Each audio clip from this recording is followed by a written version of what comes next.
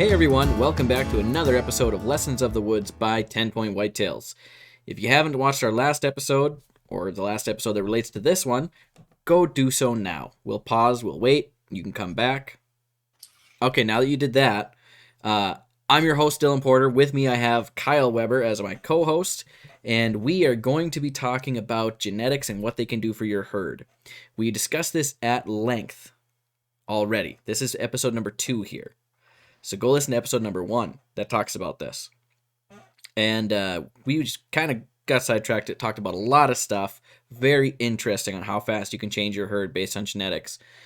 Now, we're going to talk about a couple of other bucks, and then we're going to get back into deer farm bucks. But where we closed off last time, we were talking about how white-tailed deer were supposed to be large non-typicals, how we're not supposed to be satisfied with 120-inch 10-pointers on our 200-pound animals. It doesn't make sense. White-tailed deer are supposed to be monstrous animals.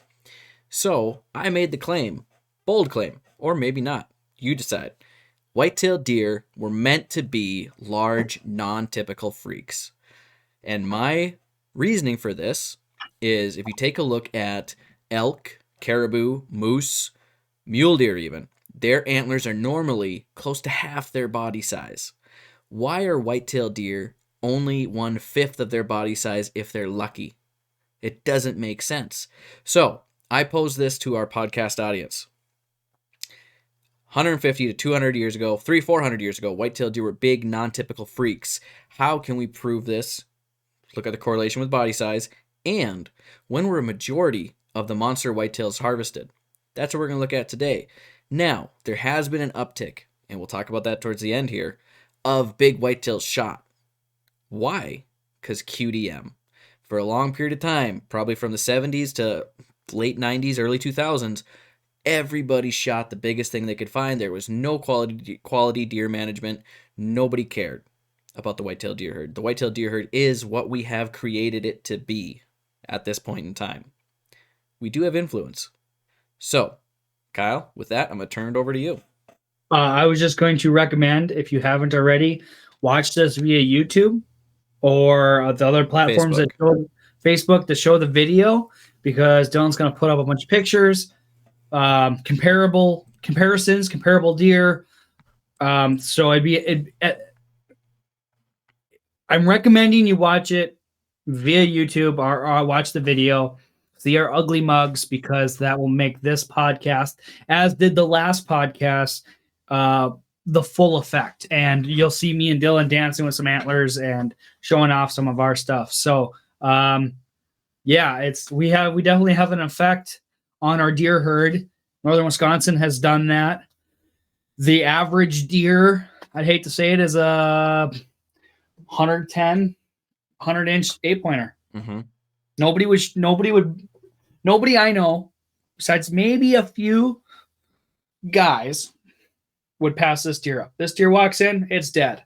If the gentleman I'm talking about, the hunter I'm talking about, it's over 50 years old, this deer is dead. There is not a chance. Kids my age, 30 some years old, 30 to 20, I think we're worrying about a little bit more QDM, and trying to pass on the deer, because it is showing production and it's being progressive in other states. But this deer in Northern Wisconsin, we've created this little 1.5-year-old, 2-year-old 8-pointer 100-inch deer. We've done that by our harvesting. So on the screen here, we have a picture of my dad's buck, Double XL, who passed away several years ago. This was the last set of antlers he ever grew.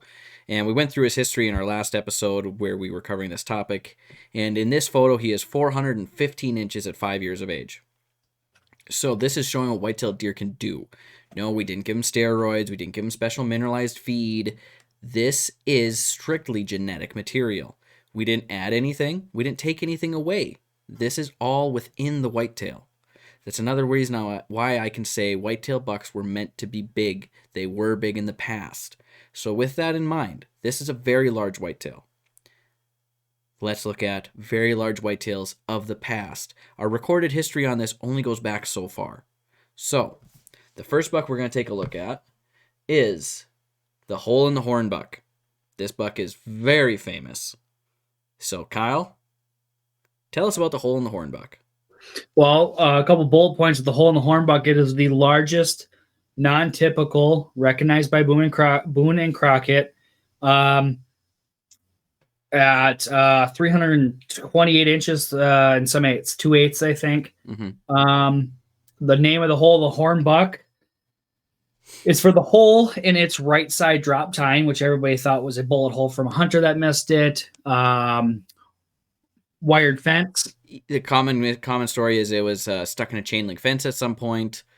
They found out so this deer was found. It was not harvested, so it doesn't actually apply to any of the hunter harvested categories, but it is the largest non-typical whitetail ever, basically.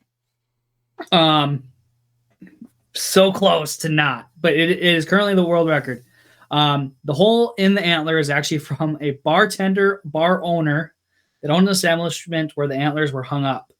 And from all accounts, he has now admitted at some point that he drilled a hole in it and put a wire across to hold it level because it was so lopsided and awkward. Why didn't he just loop it around the drop tine? I mean, right. Come on. So this deer was found in 1940. So if it's a 5-year-old animal, 1935 was when this fawn was produced. This genetics. So what does his daddy look like? What does his grandfather look like? But you can see he's ugly. It's an ugly deer. I mean, big non-typicals can be pretty. Double XL, in my opinion, was a very pretty large non-typical. This guy is just, whoa. Yeah, you look, there's more points going down than up. He doesn't have much of that typical characteristics. But 1940, the hole's not from a bullet. It is the world record. 328 and 2/8 inches. And that's almost 100 years old, 90 years old, So this is what they look like. This was before any management. You got to remember, up until when did Bill Jordan start? 1990? Sure, yeah. Before that, there was no trophy to antlers. Nobody cared about my father and grandfather shot probably so many nice deer, and the antlers got chucked in the barn. Nobody cared about it. It wasn't the trophy or the monumental thing that it is now today. Mm-hmm. And that's the sport progressing, and that's this chase for the bigger antler, and that's all good. But then they didn't care. They hung up on the wall and it sat there. Mm-hmm. The Bill Jordan buck. Bill Jordan. Yeah, Bill Jordan. Sure. No. The Jordan buck. The Jordan buck. A Wisconsin buck, a Danbury buck. Mm-hmm. Same thing. The guy shot it, threw it up in the rafters. Somebody found it. Then it got pawn shop. Then the son or grandson came and got it back again. Amazing stories about these animals. A lot of them were just gone, missing at certain points. And the Jordan buck is a typical frame. Mm-hmm. But even he has characteristics that were non-typical. Mm-hmm. But big bases, big mass, huge frame. The Jordan buck is monstrosity in the concept. So our point is 1940s, 1920s, these deer look like this, and this is wild. Mm-hmm. So this compared to double XL, there's 100 inches of difference, but this is a wild animal. This has to have stress in the winters and I believe it's Ohio for this deer. But sure.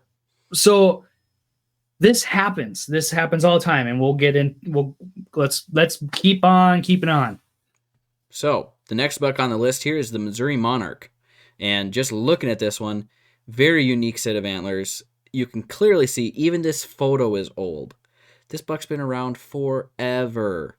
His antlers, I think, are just very unique to even find the main beam on them. I kind of like it, but that's me. What did he score, Kyle? He scored. So he is actually, that's my mistake. He is actually the world record non-typical with 338 and 7/8.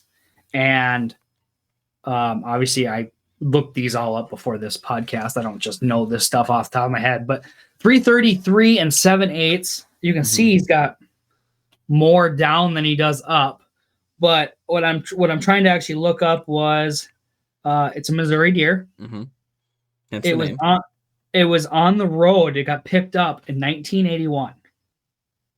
So that means it was on the road and got picked up. That means somebody hit it with their car and said, it can Yep. stay there. We see these all the time. In what year? 81. 81. Why wouldn't you pick this up? It didn't People matter. would be crawling over themselves to pick this up. It didn't matter. It didn't. But again, big. Now, Dylan, if you can, flip back to the hole and hornbuck. Everybody look at that animal. Look at the drop tines on his right side. What we're looking at is his left. Mm-hmm. Look at the flyer on that far right side.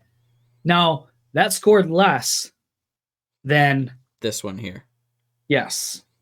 The problem is with scoring is webbing. And we're going to have a little talk about scoring stuff towards the end of this. But this buck is a lot cleaner. He's not typical, but he's cleaner. He's prettier. He has the flow to his antlers. He has some typical traits and non-typical traits. I like this buck better than the hole and the horn buck. But again, the genetics are out there. And not only are they out there, they were out there from, 1940 to 1980. Yep. They were there. They're still there. But we're missing something. We're going to get to that too. So, we have a lot of stuff we're getting to, guys. Come on. So Bear with we're us. talking about what a deer can be. These are wild animals that can be non-typical. So I assume these deer are 4 or 5 or 6 years old. They're mature whitetails, and this is what happens. Yep. Now, that's non-typical. I'm not saying non-typical, just that's what they're supposed to be. There are non-typical characteristics that happen that Boom and Crockett tends to punish you for. Mm-hmm. But Boom and Crockett's pride and joy is the Milo Hansen buck. if you look at this Milo Hansen buck, it is the cleanest, tallest, widest whitetail typical you'll ever see. But if you look at its right side's G3, Mm-hmm. there's a split. There's non-typical points. If you look at his brow tine on his right side, there's non-typical points. If you look On at his the underside of his main beams, non-typical characteristics. potential. So I've seen the Milo Hansen buck's antlers or the replica in person. I believe they have the replica on display in Shields in Fargo, North Dakota. They're spindly.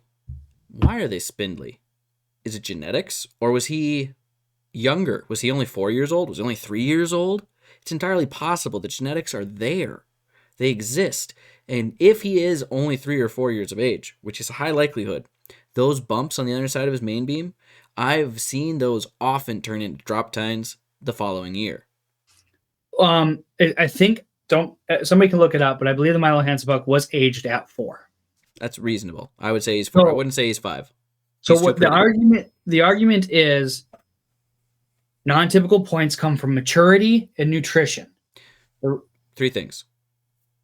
Not nutrition. Nutrition has nothing to do with it. The argument with nutrition is Lack thereof. lack thereof. Enough nutrition gets them to their genetic potential. Yes. That's the nutritional part. Go ahead. So non-typical growth is typically caused by genetics, injury, or old age. So the older buck is, the more those non-typical traits come through. Double XL at 1.5 years was fairly clean, not super crazy. 2, still fairly clean. 3, still not too bad. 4 and 5, stuff went everywhere. Okay? Yep. The Milo Hansen buck, he's 4 years old. He has some non-typical traits starting to poke through. It's fair enough to speculate at 5 years of age, those would have really started to poke through. Okay? Other bucks that I've seen at 1.5 years, a little bit of non-typical stuff comes forward more at 2, 3, 4, and 5. Age has a lot to do with it. Injury has a lot to do with it, and we're going to talk about that in a little bit too. But lack of nutrition can lead to non-typical growth. Too much nutrition will never lead to it. It'll help them reach their genetic potential, and if their genetics say, I'm going to be non-typical, then they'll be non-typical. So the Milo Hansen buck scored 213 and 5/8 net. Net is for fish. We talk about 415 for double XL. That is gross. That is measuring via SCI. Mm-hmm. That's every point. He grew it. He deserves it based on mass and tine length and spread and main beam. And, I personally really strongly dislike net scores. They're pretty to look at, but I hate the system because the poor Milo Hansen buck here is discounted a whole 1.5 inches And actually, if I understand net correctly, so if that G2 sticker is 1.5 inches long, he loses 1.5 inches on this side and this 1.5 inches. So that's 3 inches. Just like, oh, you didn't get that. So So he was 216 and whatever eighths. Why are we discounting this deer? He grew an amazing set of antlers. So the only way to fairly score a white-tailed deer, because even SCI has its flaws, it doesn't account for webbing. Webbing is very difficult to account for. There's some bucks in the deer farm industry that are so incredibly webbed, it's just ridiculous. How do you qualify that? And the only fair way is submersing in water or water displacement, right? Because that's the only way to truly accurately show exactly what the buck grew. Unfortunately, that's not become commonplace. I would love it to be that way, but we're stuck with these two systems that one in particular likes to penalize the deer. So a point I have with it is if he's 4 here and he scores 213, now next year he might be the same frame, but now he's got a split G3, he's got a split G4, and his brow tine over there that's 6 inches long splits at the base, so he's got an abnormal 6 inches. So the deer symmetrically is the same width, same height, same antler is there, but because of these non-typical points, he's going to get deducted. Now he only scores 208, only 208. Now he scores 208, so his 5-year-old rack, which maybe is better, It might gross score higher, is less gratifying because of the net score. Yep. So the Boom and Crockett I feel is flawed, like you're saying, because the Kansas King Buck, which was a set of sheds found 2 years in a row, the Kansas King Buck was actually bigger the year before, substantially bigger the year before, but with non-typical attributes. So when they found his sheds the next year, he's still a world-class whitetail, but he cleaned up really well. Mm-hmm. So it's tough when we talk about scores, unless you're scoring everything, which they do tell you. The Milo Henson buck grossed at 219, net scored 213, whatever, you know. Mm-hmm. But they do tell it. It's in the verbiage of it, but it doesn't qualify unless it's net. Yeah. The next year that we're going to point out, so Milo Henson buck was shot in 1991. He is 31 years old today. That is one of the longest standing world records. He would have not made it to 30 years holding the record. Besides some of these issues that we're mentioning, which is the next buck, the Johnny King buck, owned by Jay Fish, who was a taxidermist and antler collector. He owns some of the best bucks. I actually believe he owns the Huff buck also, which we will get to next. Mm-hmm. But this is a deer. Look at that frame. Beautiful. If you go to the Milo Hansen buck, you go to this King buck. What's the better deer? I like the Milo Hansen buck's tine length personally. I don't like the spindliness. I am a mass guy. I like it when a buck has a lot of mass. But also there's a lot to look. There's a lot of good attributes on both. What if I told you that those G3s are the same length?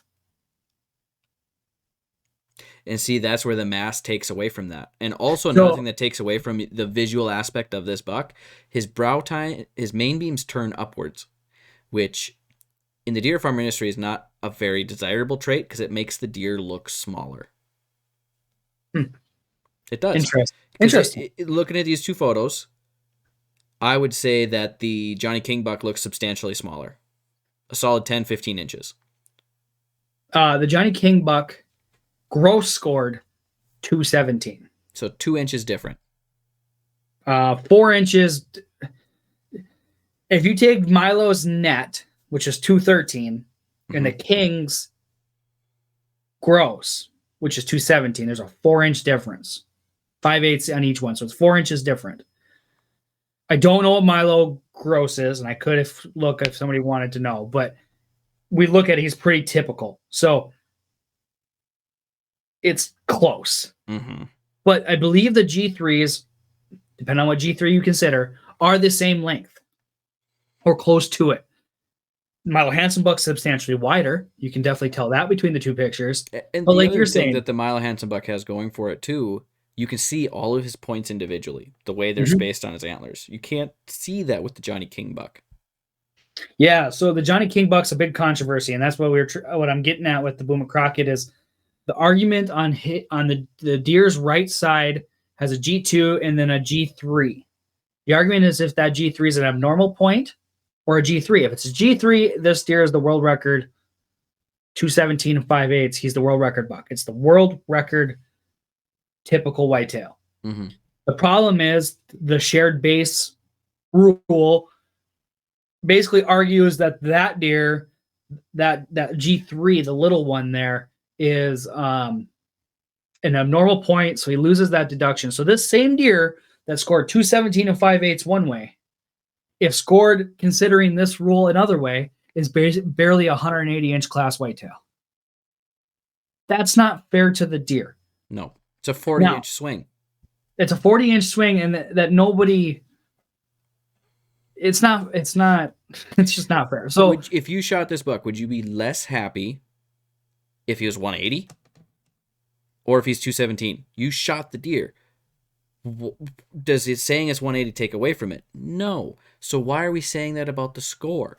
Why can't we say he is what he is? He grew it. You shot it. He looks great, right? Yeah. I do think saying 180. If you say, I shot a whitetail, I shot a 10-pointer. Well, what is it? Well, it's a 100-inch 10-pointer. Okay. It's a 160-inch 10-pointer. Okay, them are two different deer. Absolutely. I am looking this up.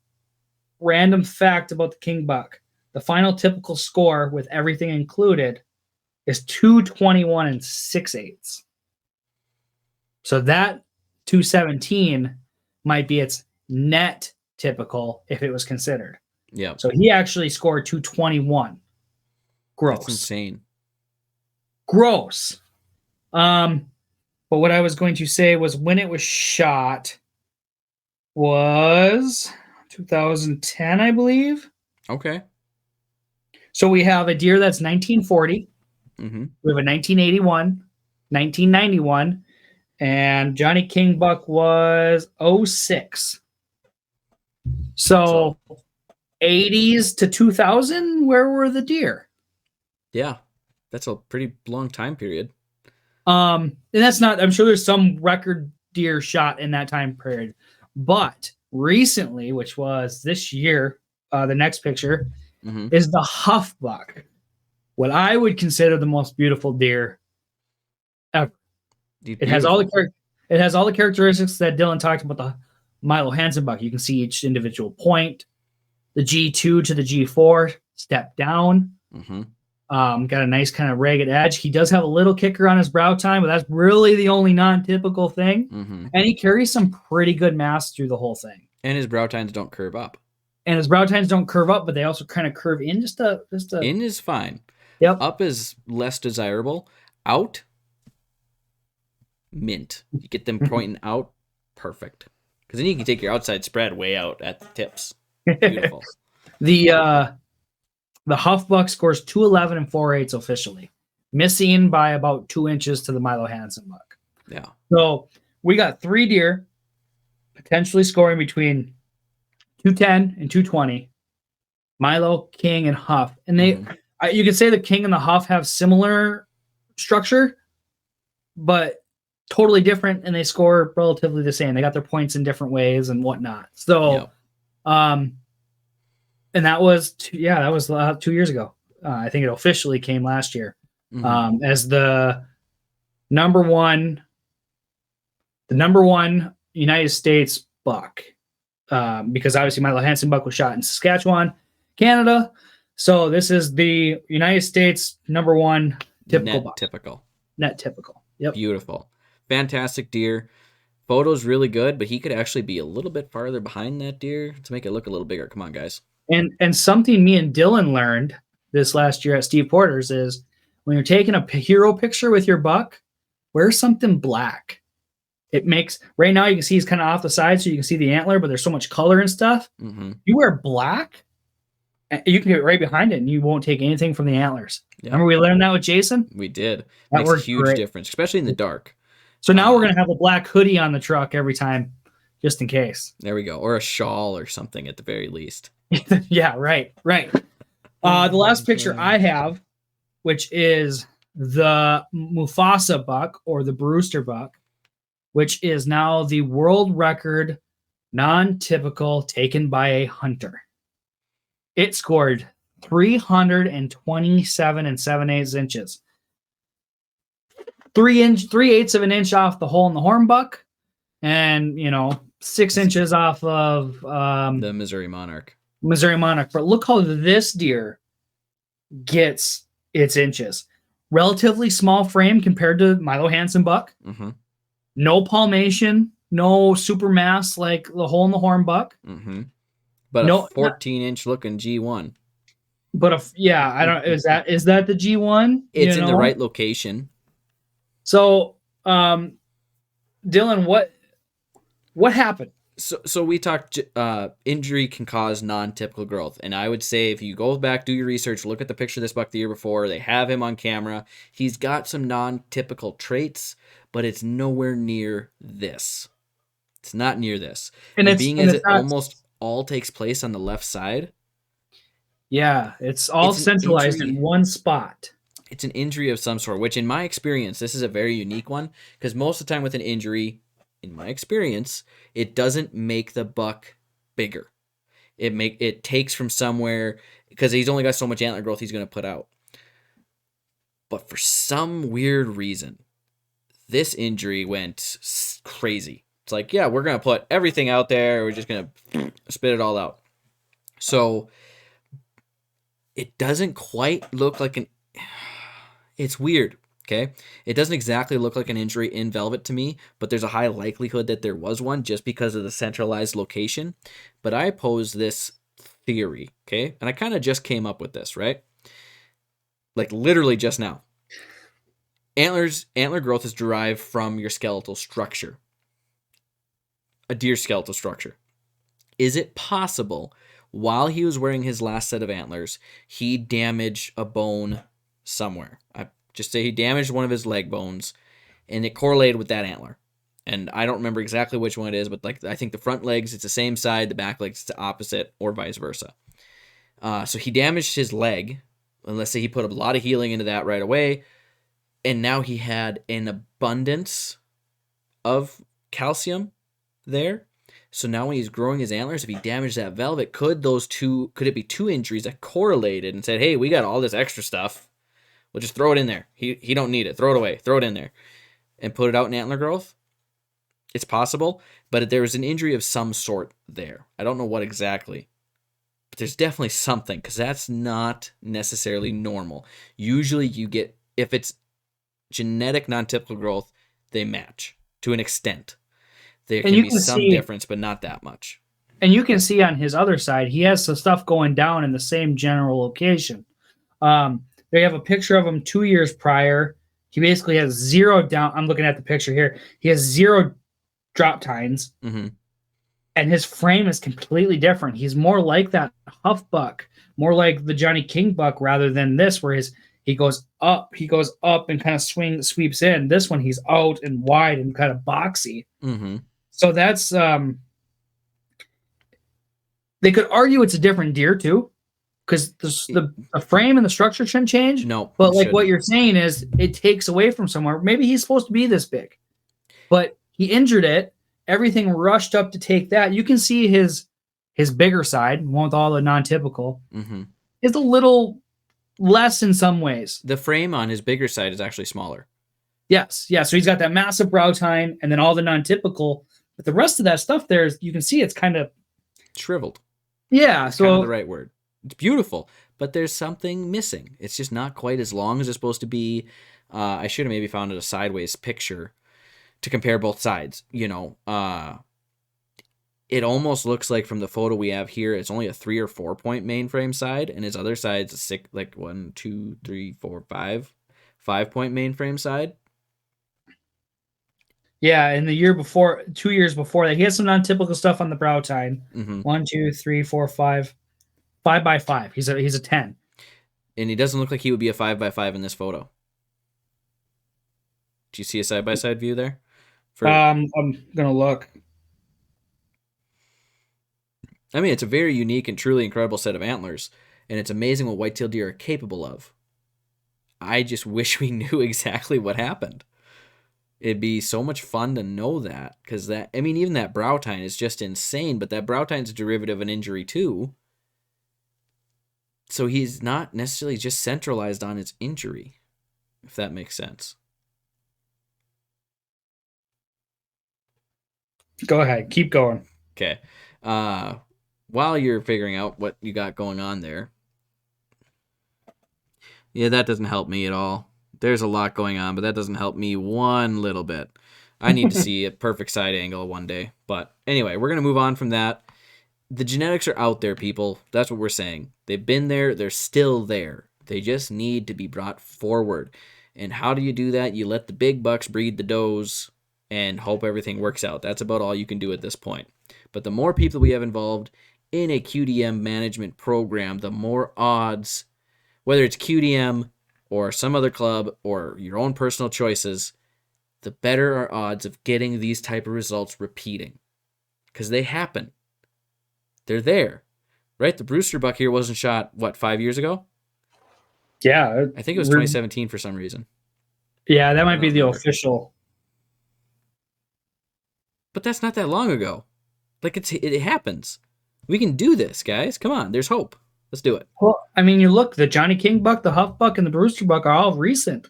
Mm-hmm. And they were all on farms and people that practice QDM. And all of them like, well, I didn't know there was that kind of buck here. But it's not northern Wisconsin. It's not northern Minnesota. But there was a 242, I think, shot in central Minnesota here like 3 or 4 years ago. Saw pictures on Facebook. Now, that doesn't mean that they're going to enter it into the rule book, but they saw it. There was a 220-something shot in my county within the last 5 years. We shared that picture on our Facebook of that deer that got stuck in the river. Yeah, that was a 187 or something, but wasn't it? I'm not sure. I don't even know if it made it. It didn't. No, it didn't? No, it died a couple days later from what I heard. That's all I've heard. Yeah. So we're going to dip back in to farmed whitetail, and we're going to show you a couple of other things. So we're going to talk about wild genetics as well as farm-raised genetics, because we have a little bit of a comparison here. So again, this is Double XL. He's not too different than some of the bucks we've been looking at. He's got the outward angled brow tines. They do angle up a lot in this photo, but that's because his head's so dang heavy. He holds his nose up. If you look, his nose is kind of almost pointing directly or pointing upwards. If he angled his head down a little bit, it's a whole different story. Plus, side note, if you're a photographer out there and you're taking pictures of whitetail deer or any livestock or animal, get lower than them. They look bigger. Okay? When I took this photo, I was at the very least on my knees. Okay? Just keep that in mind, people. Camera lower to the ground, deer looks bigger. Okay. So, Double XL, 418 inches of awesomeness, or 415. Okay? So this is a different buck. This was actually harvested in my dad's hunting preserve. At 1.5 years old, there he is on the left. Now, how many bucks do we see like this in the wild at 1.5 years? We see quite a few. You've all shot a buck like this. I almost guarantee it. It's 1.5 years old. It's beautiful. Same deer at 4.5 years old scored 228. Is it feasible to say if a yearling buck like the one on the left can live to be 4.5 in the wild, that he could be that big? Absolutely. This isn't even a good genetic line. This is a pretty average genetic line for my dad's farm at the time. It wasn't anything we wanted to breed to. It was just there. It's possible, people. This is just slightly better than most average wild genetics. Now we're going to get into a little bit different stuff, okay?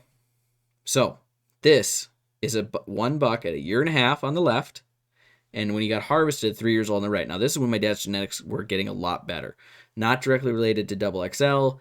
This buck we call the candy cane buck because one of his brow tines actually curls over just like this. You can kind of see it in that photo. He scored 303 inches. Beautiful deer, huge drop tines, but he was only 18 inches wide. His inside spread was, I kid you not, 18 inches. He had a twin brother. Womb brother. Born the same day, same mom, twin brother. At 1.5 years, on the left, pretty nice buck. We've all seen that frame in the wild. Not quite so many points, but we've all seen yearling bucks with that little thin, spindly frame. 3.5 years old.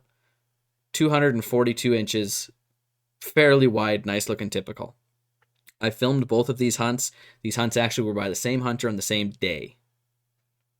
Crazy. I did forget to pull up that photo you want me to pull up with the two bucks side by side, but I'll post it later or something. But just two phenomenal bucks, but their genetics, even though their genetics should be almost exactly the same, they're twins. They're completely different deer. Completely different. So genetics can cause you to look not even close to the same. Two deer can be 100% related, look nothing like each other. It's not always the case, though, and we're going to get to that in a little bit. This buck right here, beautiful deer. Wouldn't you say so, Kyle? Just gorgeous. And Yep. if you look at this young lady's hand here, you can see her right hand. There's a whole nother 12-inch tine behind that, what you would assume is the G2. This is a 238-inch typical whitetail. That's his gross typical SCI score. 238. Monster deer, 3.5 years old. You know who his daddy is? Double XL. Doesn't make sense, does it? Double XL is a 418-inch non-typical, and he produced a 238-inch typical son. Pretty typical. Not perfect, but pretty doggone typical. That's about one of the prettiest bucks I think we've ever had on my dad's property. Probably ever. That is the, and he does have the double XL frame. Yes. He does have that. He's got the frame, and if you look to the left of his left G2, if you're facing his face, in between his brow tine and the G2 on the left side, there's an extra point. Double XL had that point almost every year of his life. Kind of interesting, okay? Mm-hmm. This is another double XL son at 3 years of age. Totally different. Totally different. I think he was three something. I don't remember this one off the top of my head. 328 or something. Substantially bigger, but totally different. Same bloodline. Different mom. Same dad. Okay? Here, scroll for me, please. There we go. So this is double XL on the left. And then on the right, we have a yearling son of his. Both these bucks in this picture are 1.5 years. Do we see any similarities here? They both have that odd kicker that comes off the bottom of the brow tine. It's exact same place, exact same angle. It's just bizarre, right? Now, if you were to find the buck on the right's antlers first, and then the buck on the left's antlers second, would you assume it's a 1 to 2 year old deer? Yeah. I mean, that's a pretty unique trait, but it's a different deer completely. So last episode, I said, hey, you see all these guys that say, oh, we've been chasing the same buck for 15 years. No, you haven't. You've been chasing that buck, his son, his brother, his grandson, his great-grandson, because these genetic traits are ingrained in the herd to a very extreme extent. So they will often have similarities. Here is double XL at 2 and a son of his at 2. Do you see any similarities at all? Look at the angle of the tines on the right side of both of these bucks. They both are the same. They have the same flyer coming out the right side. How about in between the G1 and the G2 on both of these bucks? They both have that extra point that I was talking about on that other deer. It's crazy. It's so similar, it's bizarre. But it's genetic traits coming through. Okay? I think we have one more photo we're going to show here. And this is... Well, I'll let you talk about this one, Kyle. This one specifically was the very first time I met Dylan and Steve at Steve Porter's Trophy Whitetails. It was a 207-inch 3-year-old, weighed like 230 pounds. It was my first taste of what a big whitetail can be.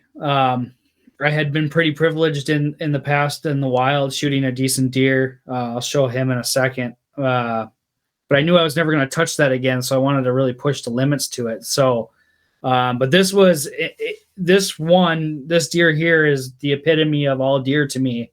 As far as wild deer, if I could have a perfect frame, perfect structure, he was, I think, 28 inside, monstrous G2s, monstrous G3s, kind of like a 5x5 mainframe with kind of just a bunch of trash kickers and split that you see a split G2, but that's the reason why I wanted that deer specifically, and we wanted to hunt him.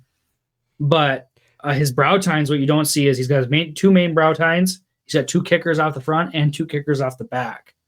But that, to me, that's the perfect deer. If I could shoot something like that out in the wild, it would. I mean, score aside, mature buck, that frame, that tine length, that is the epitome of, I think, what a good-looking buck looks like.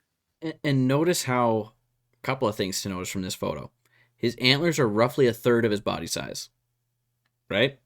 Yep. That's what whitetail deer should have. They should have big frames. They should have antlers a third their body size. It shouldn't be, oh, well, it's a little 10-pointer. It's a fifth its body size. They're made to carry so much more. Also, we briefly touched on you should have a black shirt on. Look how nice the antlers pop behind that black skyline. People, when you go hunting, have a black undershirt on, have a black shirt with, or something, because your photos will be so much better. Also, another thing to notice on this photo, Kyle is behind the deer, a fairly significant amount, but not too far where it looks ridiculous, which helps. In the photo of the Huffbuck, very professional photo, the camera is above the deer. This photo, the camera is at eye level with the deer. You're looking up at it. This wasn't supposed to be a photography podcast, but since we're here, we're looking at photos. Whenever you take photos of somebody's harvested deer, lay right down on the ground. It helps, makes everything look bigger and better and just better. Get adequate lighting. Black, fantastic to have behind there because you can just see everything pop so much better. We all know everybody likes to show off their fancy, expensive camo. Wear black. Not while you're hunting, but underneath or something, And then another thing we like to do, prop your knee up underneath the deer a little bit. We didn't do that so much in this photo, but we've got other photos where you'll sit down on your butt and kind of prop your knee up underneath the deer's shoulder and make it sit up a little bit. Looks really good. But this is an amazing whitetail deer. This is what whitetail deer should be. And you, as a hunter in the United States, should not be satisfied with 120-inch 10-pointers. And everybody will say, oh, well, you can't eat the antlers. No, you can't, but does a 3-year-old buck have more or less meat on it than a 1.5-year-old buck? Everybody's like, well, we need the meat. Okay, so you would rather have 25 pounds of meat versus 40 to 50 pounds of meat. Is it common practice to go butcher your, let's say, pigs when they're 50 pounds versus when they're 300? Is that a common practice? No. I have 3 calves out in my fence right now in my pasture. Beef calves. Am I going to go butcher them this week when they're 400 pounds or whatever they are? Or am I going to wait until next fall, next winter, when they're pushing 1,800? Come on, guys. If you say you need the meat, let the deer grow up. It's going to be better meat for everybody. Throw the antlers away. I don't care. If you want the meat, let the deer grow up. Come on. Yeah, I'm not crazy. I'm right.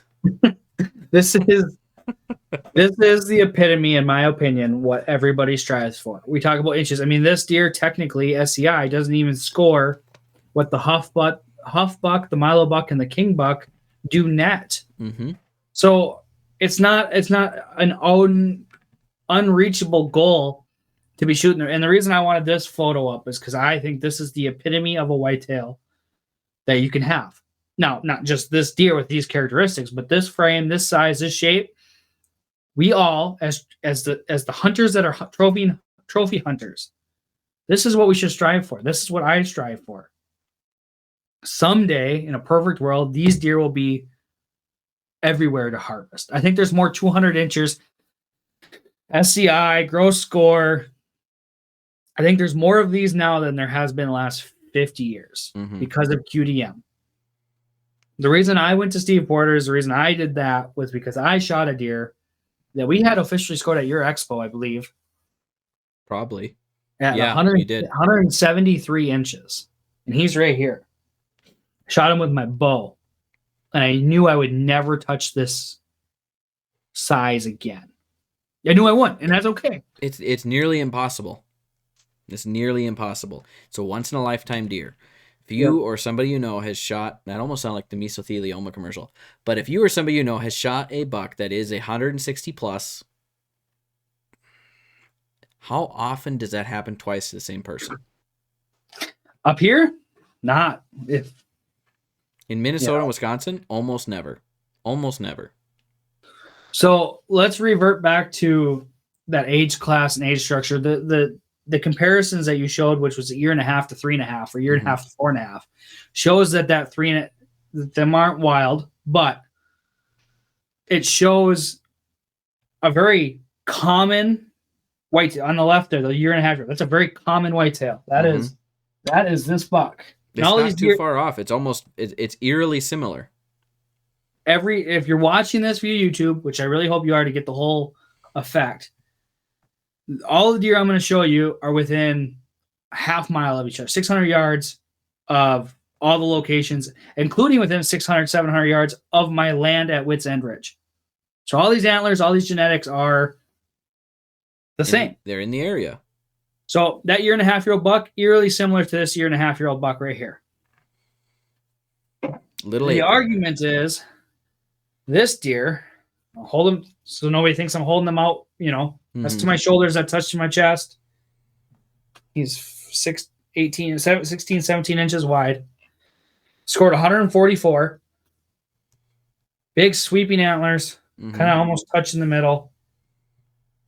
What did we say? 3.5? 3.5. So if you let Ace, who was 2.5, arguably 2.5, if you let him go another year, he could have been somewhere around here, maybe. I would say so. Based on statewide averages for our two states, your 3-year-old should be that 140 range. I really hope you can see this. That looks like it's the same freaking deer. But I mean, he blows up. He is busted off. He is broke up a little bit. That happens. Year and a half, 3.5. I don't have a 2.5. Somebody might argue, but this is year and a half. This is 3.5-year-old buck. Getting some non-typical. He's getting some splits on his G2s. He does have a split on this side. He's got some sort of hole on the main beam. He's got some trash on the bases. 144 inches. Monster buck. I was super happy. This is a bull hunt. Yeah. This deer would run through social media right now if I shot this in Wisconsin up by me.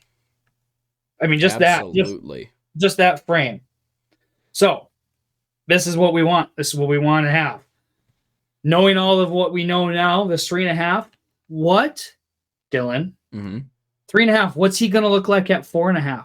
He's already this big and this nice, 144 inches.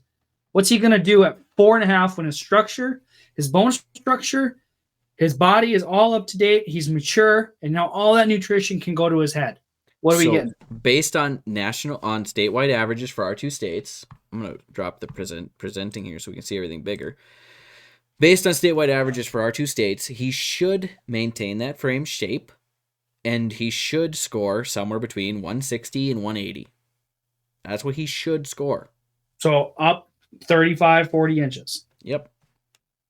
Depending on how you score him. Yeah. Well, this deer I shot after this deer. This deer scored officially 173 inches with a broken 2, 3, 4 G5 and brow tine and 8 inches of brow tine. Without that, this is gross. This is not net because I don't believe in it. He'd have grossed over 180 with all the parts. I got to shoot this deer Christmas Eve one year with my bow. Had no family to go visit, so I went hunting. And it was actually a year very similar to this year. Tons of snow before Christmas. Tons of snow. Deer were very predictable. I hunted a place that I didn't get to have a camera out. I got permission to hunt on the property. No bait, no camera. That was the rules. But I could set up a ground blind. And Christmas Eve, I sat and about 6 does walked by with him kind of on their butt, just eating, Mm-hmm. you know. So this arguably is 4.5 years old. I would say so. We can tell by the skull plate. Yeah, we talked about that last episode. Just a quick refresher: the older deer is, the thicker their skull plate is. Unfortunately, I don't have like an actual measurement to how thick it should be because every buck's a little bit different, based on genetics and such. But older deer have thicker skull plates. So if you look at the skull plate on these two bucks, which Kyle is doing so now, the older bucks should have a thicker skull plate because our antlers are very, very similar.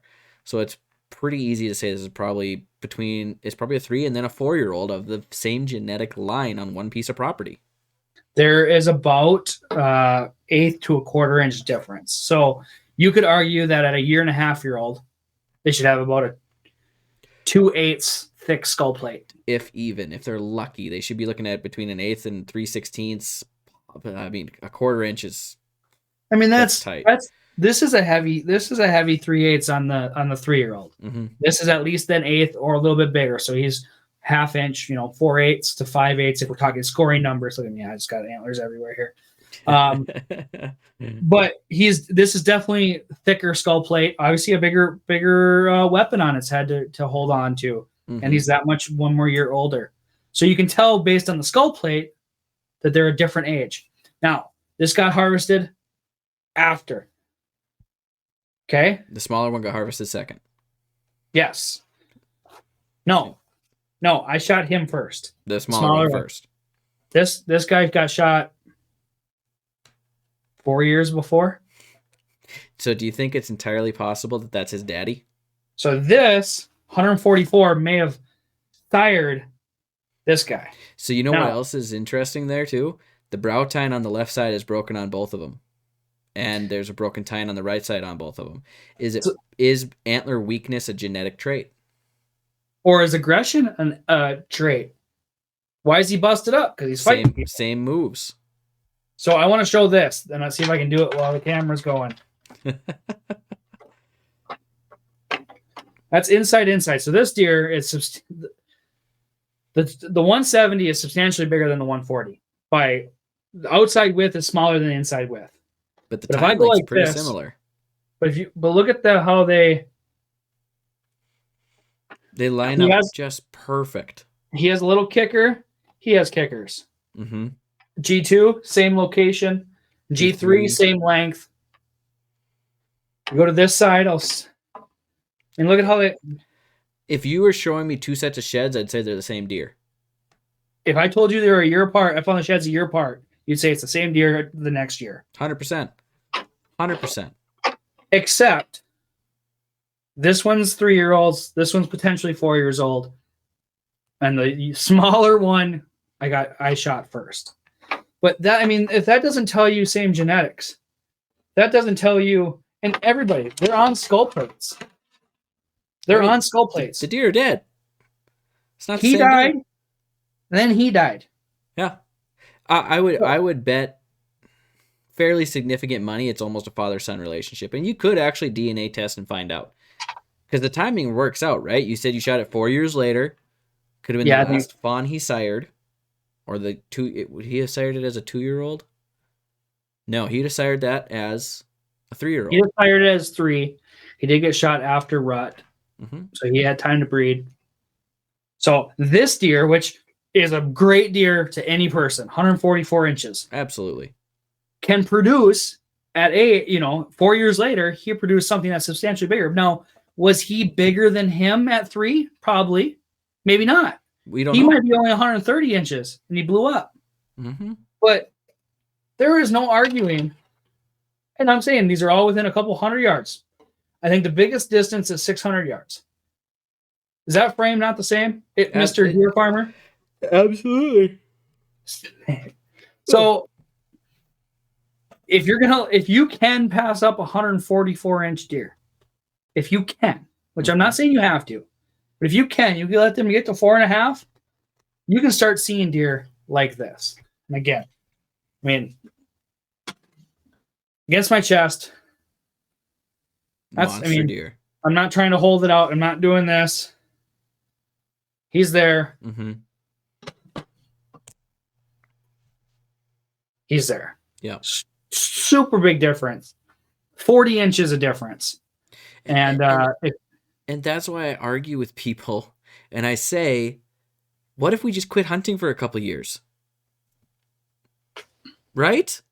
Imagine all of these walking by on your camera, and then one of your cameras gets this. Mm-hmm. You'll pass this guy all day long.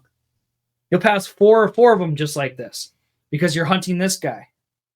And if you're hunting this guy and you shoot him, which is great year, you got 4 of these going into next year. 4 of these growing into this. Now you got 4 of these walking around. This is what a white, as typical as it is, it's got non-typical points. Mm-hmm. The brow time being broke off would be a huge deduction in Boomer Crockett. Yep. But non-typical. I mean, there's non-typical stuff there, but this is a beautiful deer that I am privileged to have and be able to say, I wish I was a good hunter at that point to say I did this out of skill and all the stuff we're learning and teaching and talking about now. This was a fluke. This was luck. And so was that one. And the 150-inch deer that's on the wall was a pure fluke and luck. Yeah. We're changing that so that if this walks by, we can calculate this. So, but if you can pass a 3-year-old, 120, 140-inch class deer, if you can withhold the urge to shoot him, there can be a huge jump coming your way. Otherwise, more valuable. I'll just go make myself be DNR commissioner. I'll make it so you can't shoot it for a year. I'll take care of your problem for you. We all know that's not going to happen. I will never be DNR commissioner. What are we at for time? We are coming up on an hour, so that is going to be all we have for tonight, unless you have any closing remarks. Sure. One more thing with Ace. All summer and into the fall, I had pictures of Ace. He's an 8-pointer, 7 really, because he's missing a brow tine. The brow tine never grew because I had pictures of him in velvet with no brow tine, so it's not like he grew it and busted it off. It just didn't grow. Some of the pictures on his trail camera, he would just look like a stud. Just looked big, looked wide, looked like a 130-inch 8-pointer, 120-inch 8-pointer. I mean, it looked like a really nice deer. Other pictures, you see him, he just looked like a dink.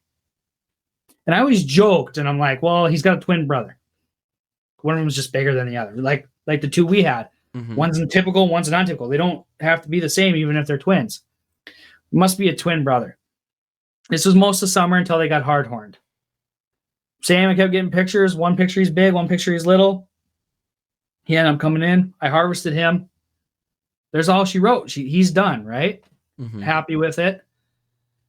Right after the rut or right during the rut, I got a nighttime picture of a buck that I would argue is Ace.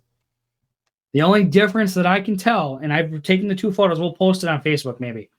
The 2 pictures of the deer, the antlers are exactly the same. Brow tine's missing, it never grew, and it's an 8-point frame. Mm-hmm. Except the second picture after Ace is dead, so this is another deer, his body looked a little bigger. Mm. So is it possible that he is 10 or 20 inches bigger with length, all of it's just a little bit bigger, but during the summer, they were both coming in their summer coat and their summer frame and body that one you couldn't tell. And plus they're in velvet, so they look a little different anyways. And I was legitimately seeing 2 different deer. Even though the antlers are identical, it doesn't mean it's the same deer. These 2 are not the same deer, even though they would be arguably identical. Mm-hmm. You have to really be careful and not just chasing the same deer for 15 years. It's the genetics. I have 2 Ace and a twin, but I think that twin is a year older, and he made it another year. So let's see what he does. I'll post. Or you have a ghost. Or I have a ghost that's haunting. Ace is haunting you from the grave. Yeah, but it's freezer. It's that's the point of antlers is you can't go by everything antlers, and that's why scabby or scrappers Scabby? Scabbers. You can just go full Harry Potter Scabbers. Yeah. Scabbers is going to be really unique if we can keep him around because he's going to have a wound. We'll see how that affects his antlers. He's got a wound, so he's very. I can see what animal he is, and we know he was a small 7-point that potentially was a yearling. So we're going to see what he comes up to, and if he's all odd, we'll know it's because of the. We'll assume it's because of the injury. If he produces a very clean antler that matches what he had last year, we'll know that had no effect. So being able to specify and designate what deer are what can be really helpful when you know traits and genetics and how they can affect. So thank you all for listening to our 2-hour genetic special. We thought we had like 20 minutes, 30 minutes. We're going to struggle our way through 2 podcasts. Nah, we had her covered. We got all sorts of stuff. If anybody knows us, they know we can talk about nothing forever or some stuff for even longer. And I do think that should be our new catchphrase. We're not crazy. We're right. So I'm going to say that more often. Anyway, thank you guys for listening. We do appreciate your listenership. We hope that we shared something of value with you, both this last episode and this episode and every episode here before and after, I guess. And if you find our content valuable, please like, share, and subscribe. We would love to get our names out there a little bit more and just educate people about whitetail deer and what they can do to encourage your herd health, your genetics in your herd, your antler growth, your age structure. There's so many things that you can do as a sportsman, as a hunter, as an outdoor enthusiast, whether you hunt or not, to help better your wild deer herd. So, stay tuned for more episodes of Lessons of the Woods by 10 Point Whitetails every Friday at 7 p.m. And we will be releasing bonus episodes here and there that are interviews by my dad, Steve Porter of Steve Porter's Trophy Whitetail with various individuals. I know I have 2 more interviews of his queued up. If you want to see the video version of those, please go to his Facebook page at Steve Porter's Trophy Whitetail on Facebook. And if you want to see our video versions of this podcast and the previous podcast, you can see it on Spotify, Facebook, or YouTube. Any one of those. And again, like, share, subscribe. You can find us on Apple Podcasts, Audible, Amazon Podcasts, Google Podcasts, and iHeartRadio Podcasts. Anywhere else, if you found us there, I don't know how we got there, but that's where we are. So thank you guys for watching again. We'll be back next week, Friday at 7 p.m. If you have any questions, email them to us or message us on Facebook at 10pointwhitetails@gmail.com. And that is 10pointwhitetails@gmail.com and Facebook as well. And we have a website, and that is also 10. So it's 10pointwhitetails.com, 10pointwhitetails.com. And Kyle is now our resident spikebuck young deer. Kyle, you can't do that. You'll get shot. I might. We know how these people hunt. Yep. Clinton's pretty dangerous too, so I better not. Anyways, thank you guys for watching. We're going to have guests coming up soon, and we will see you next time.